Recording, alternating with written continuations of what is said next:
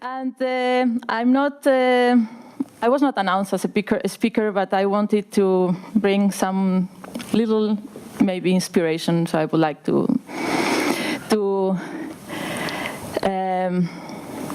start with personal story. So as most of you know, I'm Spanish. I came to Switzerland a couple of years ago. I love hiking. And last summer, I decided to, I saw an announcement of the hanging bridges in Switzerland, one of the biggest, longest, most beautiful. And I said, we have to do that. Once per month, we have to go and try to go to these bridges, right? So you walk for a while, in this case, this one that you have in the screen, then you cross it. You see, when you cross, you feel a little bit fear. It's quite high. You go to the other side, and you have a complete different perspective of what you have from one side and what you have from the other side. So, sorry, there is a video, but I don't know why it's not running. I may need some help. So, it's very a special feeling when you go and cross these bridges, right?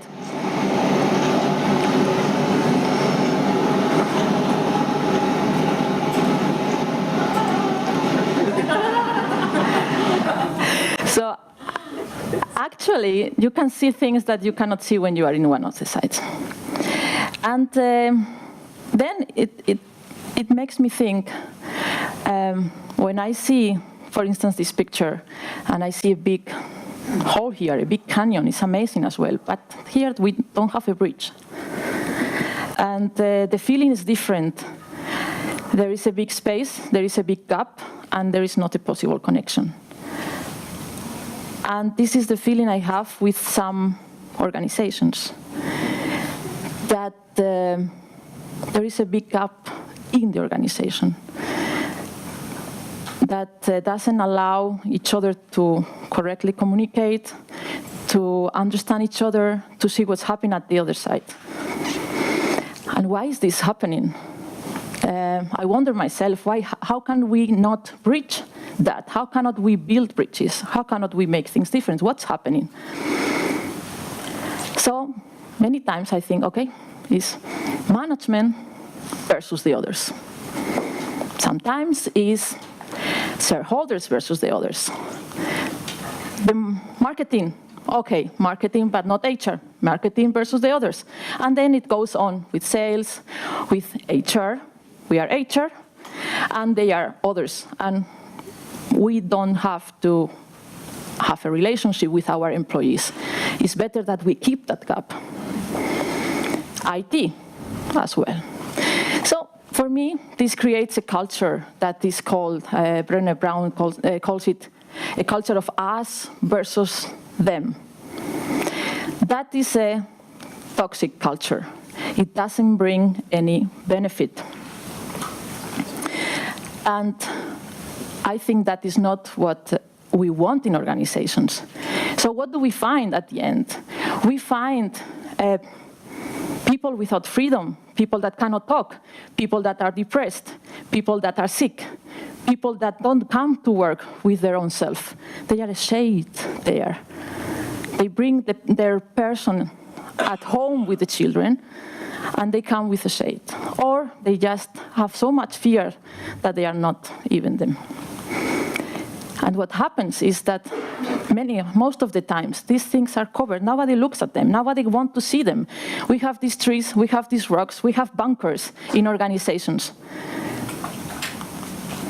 What if we could think about looking a little bit further, like this little boy there, trying to find out what it is there, what are people trying to achieve, and what are the problems of the people there behind? Why cannot do things differently?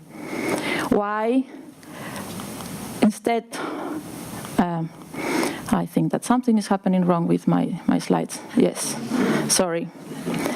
So, why instead of a lack of freedom, we don't try to get more autonomy?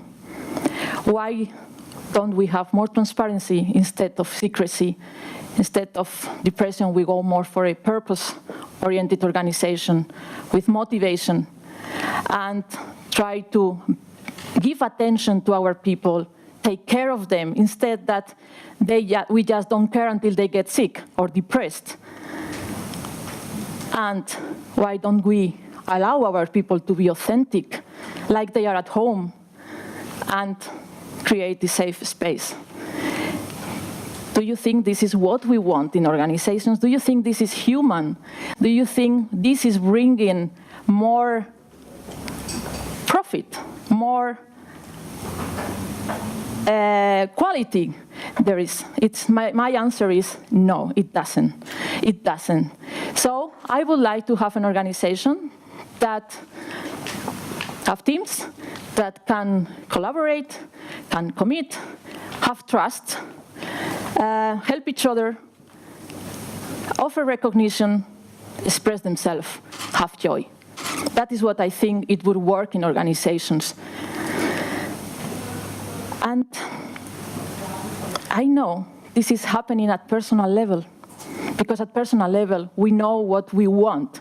We know what makes us happy, what we are respectful with our family, with our partners. So what do we expect for life? Last week, there was a big tweet that went viral here in Switzerland, and it was Jason Quinn that was asking this: my child has Down syndrome, what should I expect? What do you think is the answer? What is this? This 100% this. This is 100%. So we know at personal level, we know what is joy, what is happiness, what is human. So this child, this family there, are flourishing. They think living. They are living with an optimal range of human functioning. Why cannot we bring that to organizations? Why should we leave that at home? Why don't we break that gap and become more a human organization? So, hacking nature. We have technology, we have future of work, we have human resources. Technology is vibrating, it's new every day, things new. Future of work, new ideas, how we do better, how we get more mindful, how we express ourselves better. Human resources, I think it's a little bit lost. They don't know where they can go with all that. Vibrating, a little bit spinning. We put them together. Something more is missing. We need management, because it looks like we only think about 3 pillars. We need a 4th pillar, and we need the humans that are inside. And with that, we are able to build a human organization, and I think Hacking HR is trying to do that, bringing the personal concept to the organizations and making that everyone is contributing to build that. It's not that we have to work isolating in this technology, in this future of work, HR, management. We have, and people on the other side, we have to work together and put our forces together and do something human together, even with all the technology that is there, that is enabling that to get the best results. So this is my message for today.